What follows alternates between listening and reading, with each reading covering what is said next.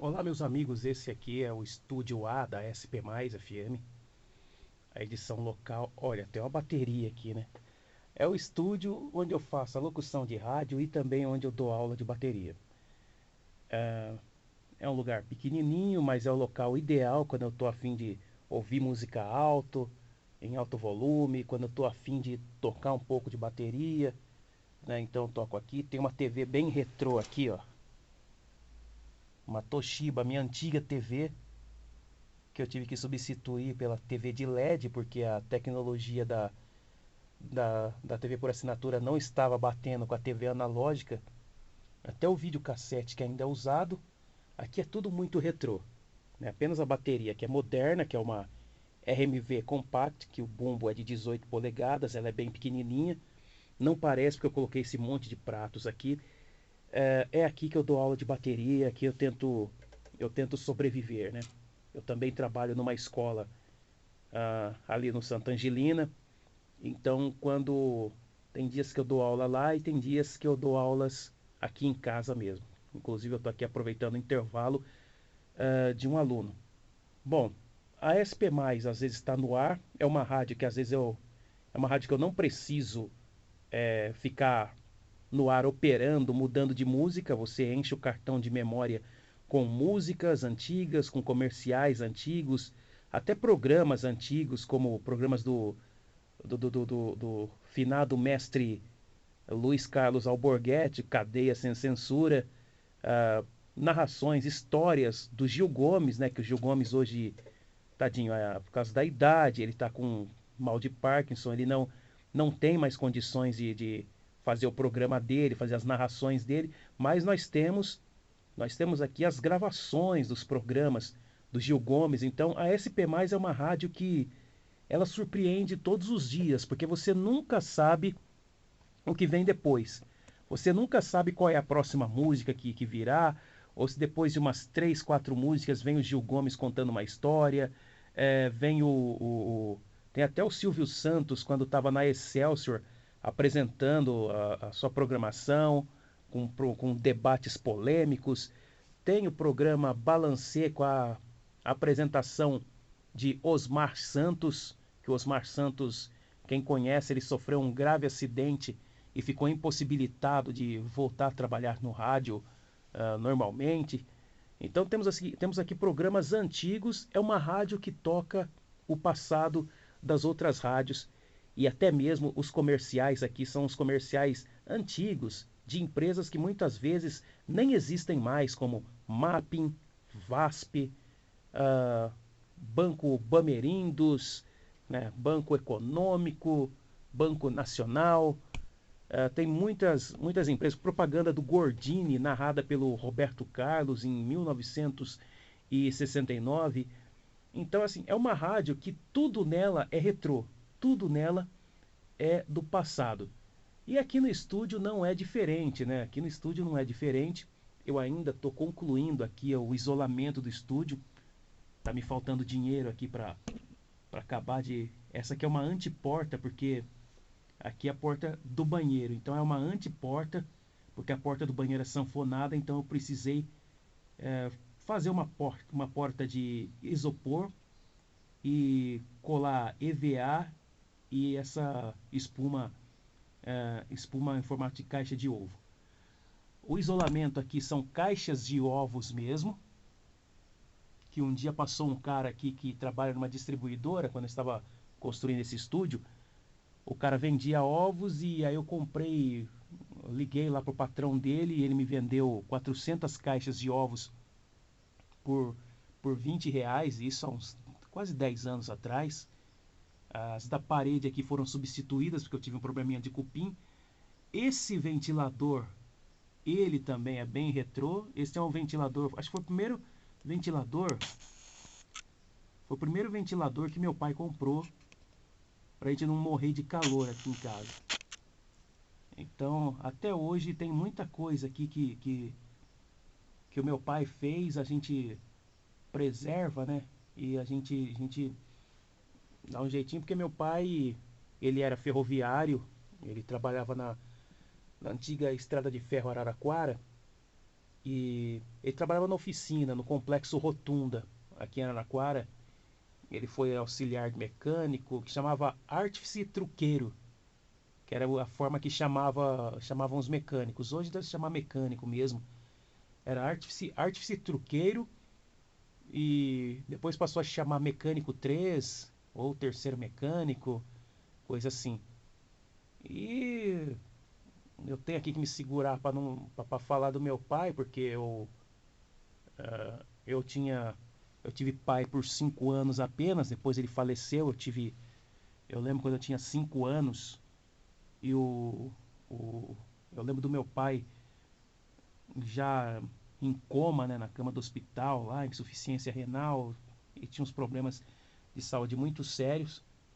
E o pessoal fala, mas aí a sua mãe recebia, né, pensão da FEPASA, você vive bem, né? Falando, meu pai era tão doente que ele faltou tanto no serviço que ele perdeu uma boa parte desse dinheiro aí. Então, minha mãe ganha um miserê de pensão da FEPASA.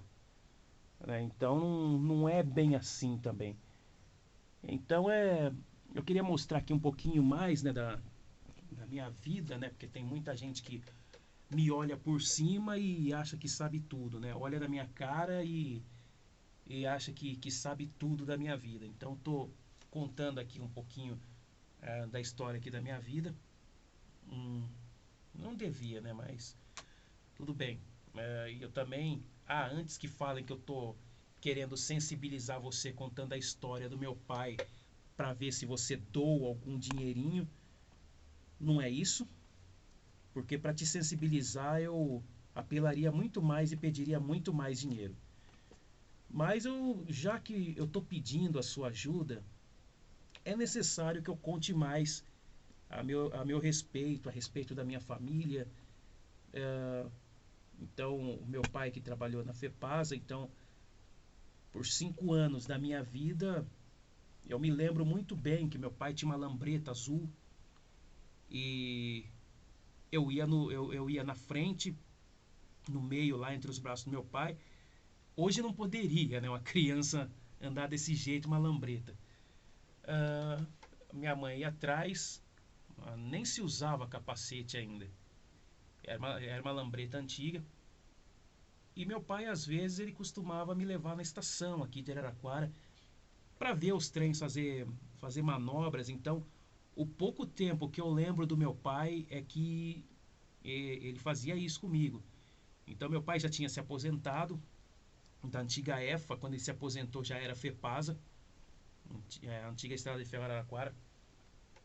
Mas ele sempre ia na estação para, sei lá, bater um papo com os amigos que ainda estavam na ativa, ainda estavam trabalhando, ainda não estavam aposentados. E, e aí a gente sentava ali no banquinho da plataforma e, e aí a gente ficava ali pelo menos uma hora e meia, vendo os trens fazer manobra, vendo os trens e passageiros chegando, dependendo do horário que fosse. Então essas são poucas, mas são algumas das coisas boas que eu posso lembrar do meu pai. E eu lembro uma vez nós fomos até para São Carlos, pegamos o trenzão lá, fomos lá para São Carlos. A gente ficou vendo lá o movimento dos trens lá e era muito legal. E eu queria que o tempo voltasse. Eu queria realmente que o tempo voltasse, nem que fosse para que voltasse um dia daqueles 5 anos, para eu reviver aquilo. Eu queria muito ter a presença do meu pai. E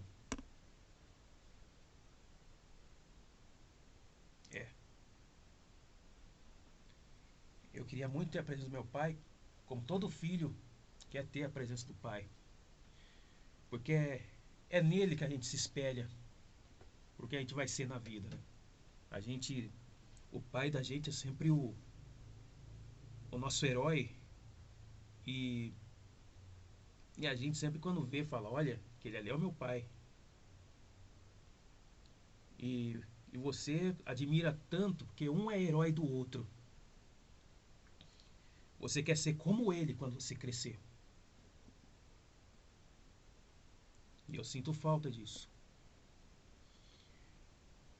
Portanto, se você tem um pai,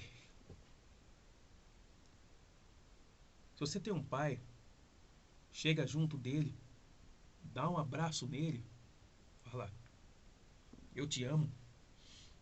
Não deixa de falar isso pra ele não, porque a gente não sabe até quando ele vai estar com a gente. Então eu são coisas assim que eu não tive muita chance. Eu só tive 5 anos.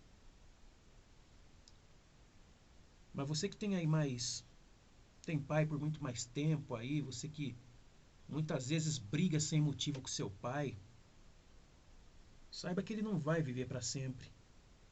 Um dia ele pode, ó, ir embora de repente.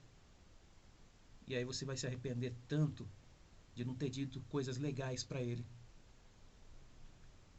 Tá certo que tem pai que é pilantra, sabe? Larga a mãe grávida lá e some do mundo, então quando o filho nasce, o cara não faz nada pela criança, mas o meu não foi assim. Infelizmente ele morreu. Você que tem seu pai, lembra-se que um dia ele vai embora. Se seguir pela natureza, pela ordem natural, você vai enterrá-lo. Então, enquanto você tem um pai, curta ele, saia com ele, faça atividades familiares com ele. Diga para ele o quanto ele é importante para você, porque eu não tive esse tempo. A vida não me deu esse tempo.